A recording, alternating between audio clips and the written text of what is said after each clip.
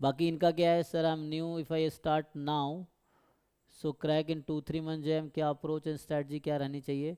ठीक है देखो, अभी तो अगर कोई जो लोग अभी शुरू कर, अभी बहुत टाइम है, ठीक है ना, अभी क्या है, आज 11 अक्टूबर है ना, तो अक्टूबर है पूरा, नवंबर दिसंबर जनवरी फरवरी है ना, तो एग्जैक्ट आपके पास 4 महीने हैं, आज से देखोगे 4 महीने 4 दिन है एग्ज़ाम के, है ना, तो अराउंड 124-125 डेज हैं अभी भी, तो बहुत दिन है, इस प्रिपरेशन के लिए बहुत टाइम है, इसमें कोई जल्दीबाजी नहीं है। तो अभी आपको, जो लोग अभी शुरू कर रहे हो अगर आप, तो जस्ट जल्दी से जल्दी सिलेबस कंप्लीट करो पूरा, क्योंकि क्वेश्चंस कई बार इंटरकनेक्टेड आता है, तुम अगर कोई एक टॉपिक छोड़ दोगे तो हो सकता है जो टॉपिक पढ़े हो वो भी तुमसे ना हो, क्योंकि उसके क्वेश्चन हो सकता है उस टॉपिक से रिलेटेड हो जो आपने नहीं पढ़े हैं।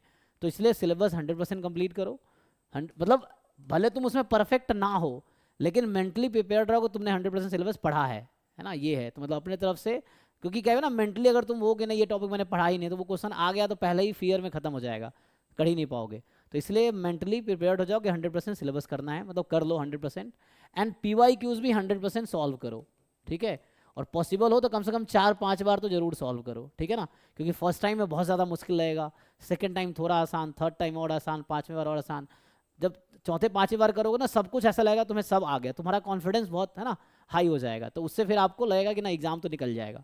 ये चीज़ें हैं, तो उसके लिए PYQ बैठ के ढंग से सॉल्व करो। तो ये तो मिनिमम रिक्वायरमेंट है ना, ये एग्ज़ाम निकालने का मिनिमम रिक्वायरमेंट है, इतना तो करना ही पड़ेगा आपको, अच्छा रैंक लाना है तो।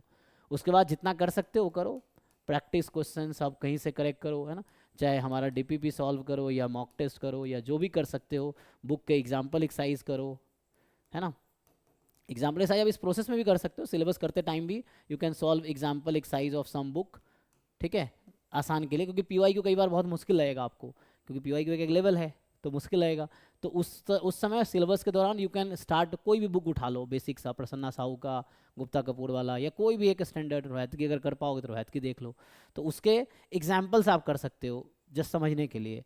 बाकी मैं क्लास में बहुत सारे क्वेश्चंस कराता ही हूँ, थ्योरी कराता हूँ, एग्जाम्पल कराता हूँ, PYQ कराता हूँ ना, तो वही चीज़ अगर ढंग से कर लिए और अपना नोट्स बनाओ, जरूरी है कि अपना नोट्स बनाओगे तो रिवीजन में आसानी होगी, जब आप अपना नोट्स बनाओगे ना, मतलब खुद से लिखो, तो उससे क्या है, जब रिवाइज करना हो तो हर बार वीडियो जाके देखोगे नहीं, तो अपना नोट्स है तो पलट के देख लो, जो भी नई नई चीज़ें मिले उस प्रोसेस में तो वो ऐड करते जाओ नोट्स में। जैसे कई बार क्या होगा, क्लास में सारी चीज़ें बताया मैंने, फिर भी कुछ नया क्वेश्चन ऐसा आएगा जिसमें मुझे नया बताना पड़ेगा थ्योरी, तो उसके लिए फिर आप वो ऐड करते जाओ, तो अपना नोट्स बनाओ उसमें फिर ऐड करते जाओ, और उस नोट्स से रिवाइज करते रहो रेगुलर थ्योरी, और जितने ज़्यादा प्रॉब्लम रेगुलर टाइम पे टॉपिक वाइज सॉल्व करते रहो, या मॉक टेस्ट भी करते रहोगे तो हो जाएगा।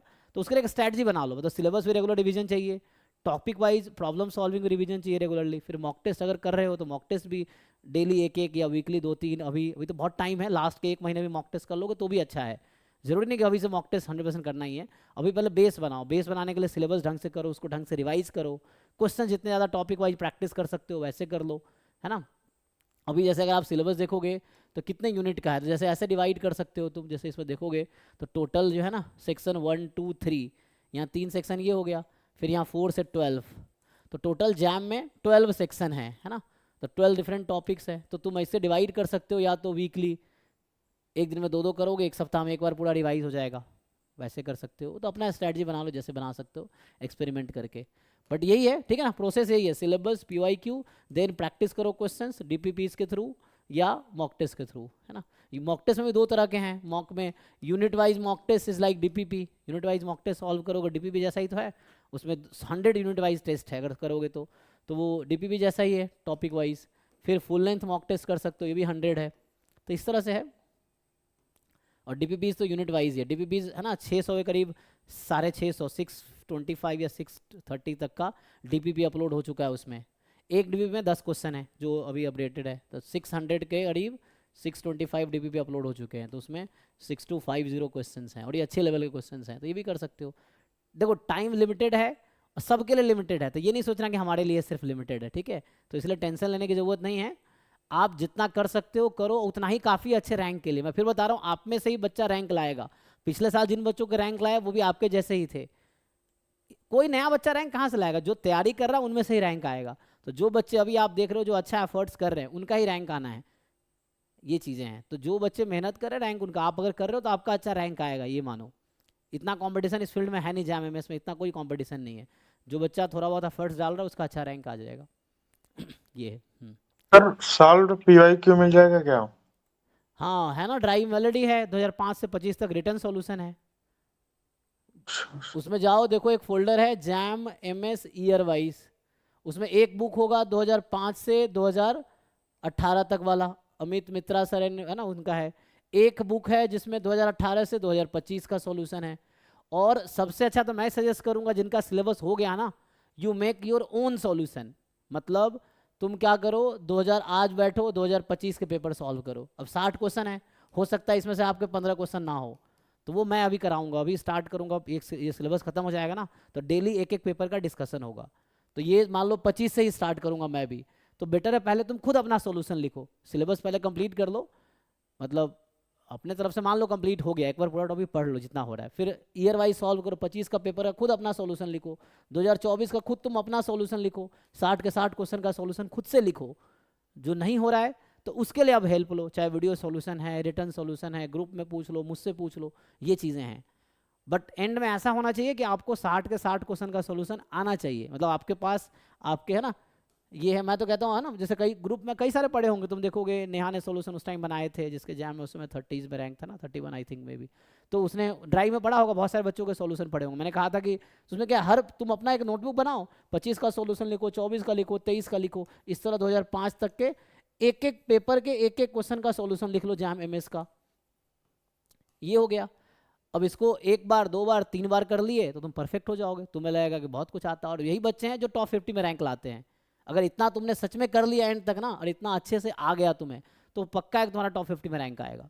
ये है, अगर सारे ईयर वाइज पेपर अंत तक तुम्हें समझ आ गया और एक एक क्वेश्चन का सॉल्यूशन तुमसे हो रहे हैं अच्छे से, तो दैट्स ऑल। मतलब तुम सारे कॉन्सेप्ट समझ गए ना जो एग्जाम में आने हैं, वही काफ़ी है एग्जाम में अच्छा रैंक लाने के लिए। ये चीज़ है, ठीक है। तो ऐसे कर करके सारे सॉल्यूशन लिखो। और जो भी नहीं होगा, अभी जो पीवाईक्यू डिस्कशन बैच अभी स्टार्ट होगा सिलेबस खत्म होने के बाद, तो उसमें एक पेपर 25 का मैं पूछूंगा, भाई बताओ जिन लोगों ने सॉल्व किया क्या क्या डाउट है। तो इवन मैंने पहले बता रखे हैं, तब भी मैं दोबारा सॉल्व कराऊंगा, ये चीज़ है।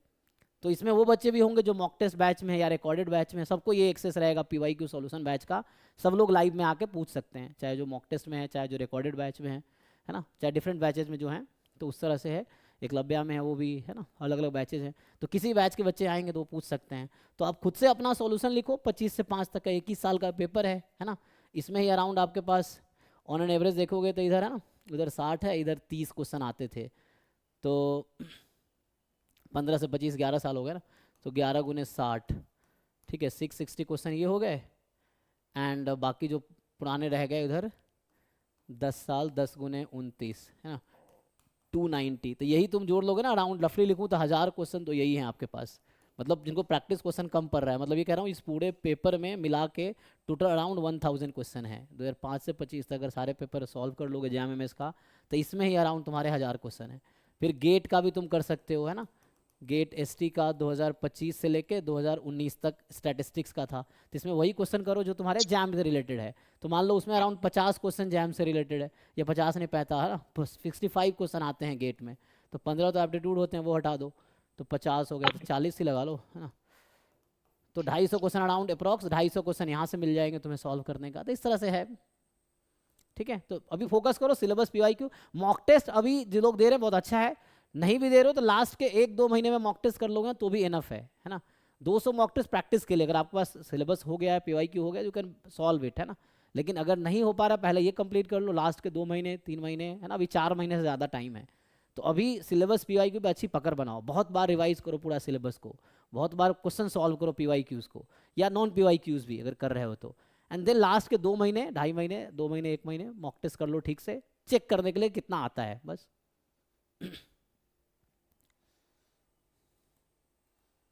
सर जो गेट जैम दे रहे हैं वो गेट दे सकते